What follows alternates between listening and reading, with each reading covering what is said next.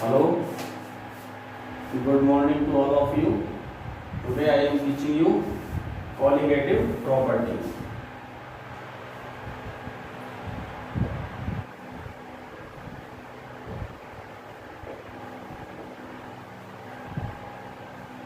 Colligative properties. Colligative properties क्या होती है?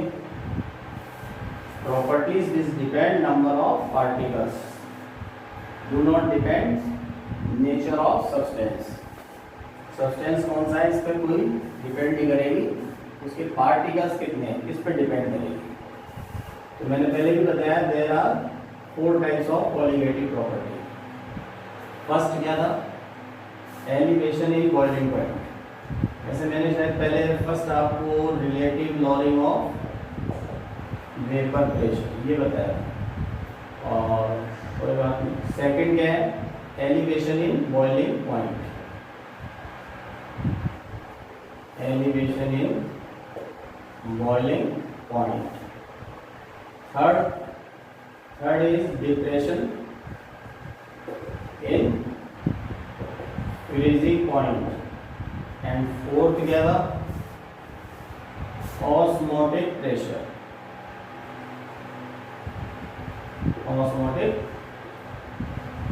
प्रेशर, ठीक है। Relative of lowering of vapour pressure क्या है, del P upon P not A is equal to X B, ठीक है। देखो एक्स बी क्या है, मोल फ्रैक्शन। मोल फ्रैक्शन किस पे डिपेंड करता है, number of moles of solute and solvent. Elevation in boiling point represented by delta TB and depression in freezing point को रिप्रेजेंट करते हैं अपन डेल्टा टीएफ, और ऑस्मोटिक प्रेशर को किससे करते हैं, पाई से, ठीक है। तो देखो first relative lowering of vapour pressure, तो पहले ये कराता हूं आपको। P not A minus P S upon P not A whole term is relative lowering of vapour pressure is equal to X B. X B क्या होता है, N B upon N A plus N B.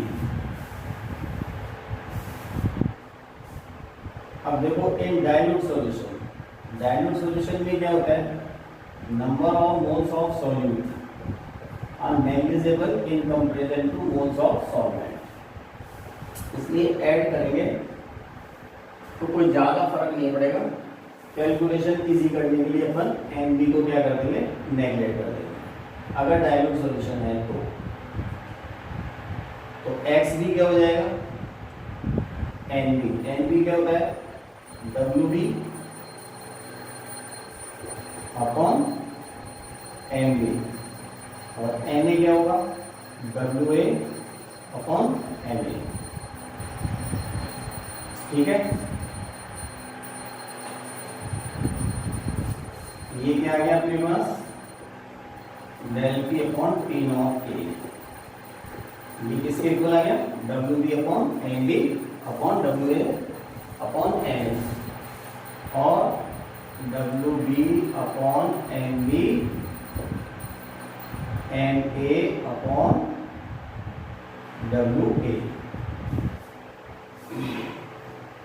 अब एक बार फिर सुन लो, देखो W B क्या है, weight of non volatile solute. N B क्या है, molecular mass of unknown non volatile solute. M A क्या है, मोलर मास ऑफ सॉल्वेंट, और डब्ल्यू ए क्या है, weight of solvent in gram. अब अपने को क्या निकालना है, एन बी। तो एन बी क्या आएगा, N B is equal to W B into M A upon W A. P not A ऊपर आ जाएगा, पी नॉट ए, और ये डिनोमिनेटर में आ जाएगा डेल पी तो वो क्या हो गया P not A minus P S. ये एक फॉर्मूला आ गया। देखो इस फॉर्मूले से अपन क्या निकाल सकते हैं, अननोन नॉन वोलेटाइल सॉल्यूट का मॉलिक्यूलर मास फाइंड कर सकते हैं इससे relative lowering of vapour pressure की हेल्प से। ठीक, now second colligative property is elevation in boiling point. Elevation in boiling point क्या है, जाएगा टी। बॉइलिंग पॉइंट क्या होता है, temperature at which vapour pressure of liquid becomes atmospheric pressure. कितना होता है 180 या 760 mm। अब देखो ये ग्राफ है एक्स एक्सिस और ये क्या हो गया वाई। यहाँ अपन ने ले लिया एक्स एक्सिस पे टेम्परेचर और वाई पे क्या ले लिया वेपर प्रेशर। ठीक, ये मान लिया अपन ने 180 या 760 mm एटमॉस्फेरिक प्रेशर। अब vapour pressure directly proportional to temperature है, तो देखो ये हो गया सॉल्वेंट और ये टेम्परेचर मान लिया अपन ने T1। ठीक है, तो T1 क्या हो गया, T1 is the boiling point of solvent. क्योंकि देखो at this temperature vapour pressure of solvent become atmospheric pressure, तो T1 हो गया बॉइलिंग पॉइंट ऑफ सॉल्वेंट। अब अपन ने एक सॉल्यूशन ले लिया जिसके अंदर नॉन वोलेटाइल सॉल्यूट ऐड कर दिया इसमें। तो मैंने बताया था कि vapour pressure of solution containing non volatile solute is always less than vapour pressure of pure solvent. तो वो कर्व कहाँ बनेगा, इसके नीचे बनेगा। अब जिस टेम्परेचर पर सॉल्वेंट बॉयल हो रहा था सॉल्यूशन बॉयल नहीं हुआ, क्योंकि अभी इसका वेपर प्रेशर एटमॉस्फेरिक प्रेशर के इक्वल नहीं है। देखो ये तो हो गया पी नॉट ए प्योर का, और ये किसका है at this temperature P S vapour pressure of solution containing non volatile solute. तो इसको बॉयल करने के लिए अपने को थोड़ा और हीट करना पड़ेगा।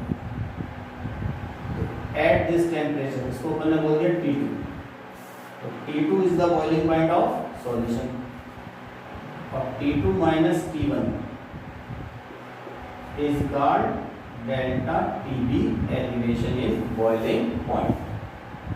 ठीक है, तो देखो एलिवेशन इन बॉइलिंग पॉइंट क्या होता है, boiling point of solution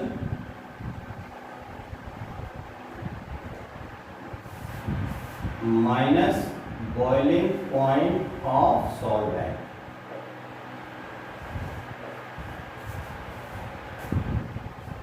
solution के बॉइलिंग पॉइंट में से सॉल्वेंट का बॉइलिंग पॉइंट सब्ट्रैक्ट कर दो तो क्या आ जाएगा डेल्टा टी। अब आप यहाँ देखो ये दोनों का जो डिफरेंस है इसका P not A minus P S, ये क्या होता है लॉरिंग ऑफ वेपर प्रेशर। ठीक है, अब डेल्टा टीबी किसके डायरेक्टली प्रोपोर्शनल है, डेल्टा टी के। अभी इसमें अपन ने और सॉल्यूट ऐड किया तो सॉल्वेंट का मोल फ्रैक्शन और कम हो जाएगा, सॉल्यूट का इंक्रीज हो जाएगा, वेपर प्रेशर और कम हो जाएगा, बॉइलिंग पॉइंट और ज्यादा इंक्रीज हो जाएगा। तो delta T B directly proportional to किसके आया, लॉरिंग ऑफ वेपर प्रेशर। और लॉरिंग ऑफ वेपर प्रेशर किसके डायरेक्टली प्रोपोर्शनल होता है, मोल फ्रैक्शन ऑफ सॉल्यूट। फिर एक बार बता देता हूँ, देखो P del P is equal to क्या हो गया P naught A into X B. ये क्या है कांस्टेंट, जब इस कांस्टेंट को हटाएंगे अपन तो ये किसके प्रोपोर्शनल आ जाएगा, एक्स बी। ठीक है, तो अपन लिख सकते हैं delta T B elevation in boiling point is equal to K into X B. K क्या है कोई कांस्टेंट है, प्रोपोर्शनल की जगह इक्वल टू लिखने के लिए। और ए एक्स बी क्या हो गया, N B upon N A plus N B. अभी मैंने जैसे पहले बताया था, for dilute solution moles of solute are negligible in comparison to moles of solvent. तो क्या आ जाएगा, delta T B is equal to K N B upon N A. N B क्या है, मोल्स ऑफ सॉल्यूट, तो वो कैसे, W B upon N B upon N A. तो ये क्या हो जाएगा, W A upon N A, तो एन ए ऊपर आ जाएगा। ठीक है, अब देखो मोलर मास ऑफ सॉल्वेंट क्या होता है, कांस्टेंट, और ये भी क्या है, कांस्टेंट। इन दोनों का जो नया कांस्टेंट आएगा उसको अपन बोलेंगे A B. A B W B upon N B into W A. A B क्या है, molar elevation constant. A B को क्या बोलते हैं, मोलर एलिवेशन कांस्टेंट। अब देखो suppose weight of solvent given in kg, अगर ये किसमें दे रखा है अपने को, केजी में।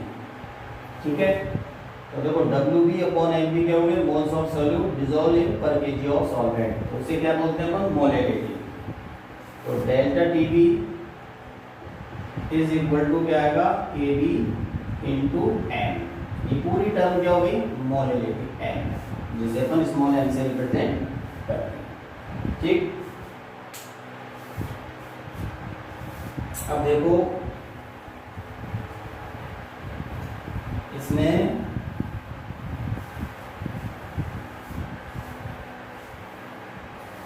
डेल्टा टी बी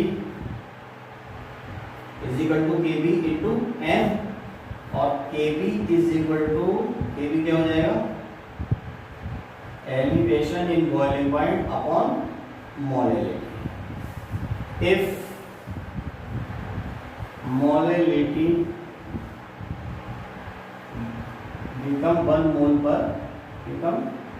मोल पर केजी, अगर मोलैरिटी क्या हो सॉल्यूशन की 1 मोल पर केजी, यानी कि किसी भी सॉल्यूट का 1 मोल 1 केजी में डिसॉल्व किया, तो Kb इज इक्वल टू क्या आएगा, delta Tb upon 1, which means elevation in boiling point. तो इससे अपन क्या है कि Kb को सिग्निफाई कर सकते हैं। Kb क्या है, मोलर एलिवेशन कांस्टेंट। क्या होता है, कोई पूछे what is the significance of Kb, molar elevation constant may be equal to elevation in boiling point when molarity of solution becomes 1। ठीक, अब आ जाइए आप, डेल्टा Tb क्या था अपने पास फॉर्मूला, Kb इंटू एम। ठीक है, Kb एम हो गया अपने पास वापस Wb upon Mb into WA। अब ज़्यादातर क्वेश्चंस में WA किसमें गिवन होता है, ग्राम्स में, तो जब ग्राम में हो तो अपन मल्टीप्लाई क्या कर देंगे, 1000। ठीक है, और MB molar mass of unknown non volatile solute, वो क्या हो जाएगा, Kb into WB into 1000 upon elevation in boiling point into WA in gram। This is the formula for the calculation of molar mass of unknown non-volatile solute with the help of elevation in boiling point। अब यहाँ एक बात और बता देता हूँ मैं आपको, देखो Kb इज इक्वल टू क्या था, delta Tb upon m। Delta Tb का यूनिट क्या होता है, एलिवेशन इन बॉइलिंग पॉइंट, वही केल्विन, जो भी डिफरेंस है केल्विन। मोलैरिटी क्या होती है, मोल पर kg। तो यूनिट क्या आ जाएगा, केल्विन किलोग्राम पर मोल। कोई पूछे what is the unit of molar elevation constant, तो आपको बताना है केल्विन किलोग्राम पर मोल। ठीक, अब देखो इसी तरह से जो थर्ड कॉलिगेटिव प्रॉपर्टी है क्या है, डिप्रेशन इन फ्रीजिंग पॉइंट। उसमें और इसमें क्या डिफरेंस है, एक तो देखो ग्राफ डिफरेंट है दोनों का, दूसरा केवी की जगह क्या लिखना है, केएफ। केएफ क्या होता है, मोलर डिप्रेशन कांस्टेंट, और डेल्टा टीवी की जगह लिखना है delta TF, depression in freezing point. और उसका ग्राफ जो बनेगा वो कुछ ऐसे बनेगा, temperature, vapour pressure, freezing point क्या होता है, temperature at which vapour pressure of solid and liquid phases become same. तो देखो ये हो गया T1 सॉलिड सॉल्वेंट, और ये क्या है, लिक्विड सॉल्वेंट। ठीक है, एट दिस टेम्परेचर या at this point vapour pressure of liquid and solid दोनों फेस का क्या है, सेम। इसको क्या बोलेंगे अपन, P0A। अब अपन ने इसमें नॉन वोलेटाइल सॉल्यूट ऐड किया, तो ये क्या आ गया, लिक्विड सॉल्यूशन। देखो जिस वजह से बॉइलिंग पॉइंट में एलिवेशन हो रहा है वही रीजन है फ्रीजिंग पॉइंट में डिप्रेशन। ये पॉइंट क्या आएगा, T2। तो T2 क्या है, फ्रीजिंग पॉइंट ऑफ सॉल्यूशन। ये गैस का था फ्रीजिंग पॉइंट ऑफ सॉल्वेंट, और डिफरेंस क्या हो गया, depression in freezing point delta TF, और ये प्रेशर किसका हो गया, पीएस का। और इन दोनों के बीच में जो डिफरेंस है उसको क्या बोलेंगे, लोडिंग ऑफ वेपर प्रेशर। बाकी डेरिवेशन दोनों में सेम है। तो delta TF is equal to KF आ जाएगा इंटू एम आएगा molality. Delta TF is equal to KF into W B upon N B molality की value into W A in gram, और एन बी क्या हो गया, KF into weight of solute in gram upon delta TF into WA in gram into 1000। यहाँ भी क्या आएगा 1000, क्योंकि ग्राम में दे रखा है। तो ये फॉर्मूला क्या आ गया,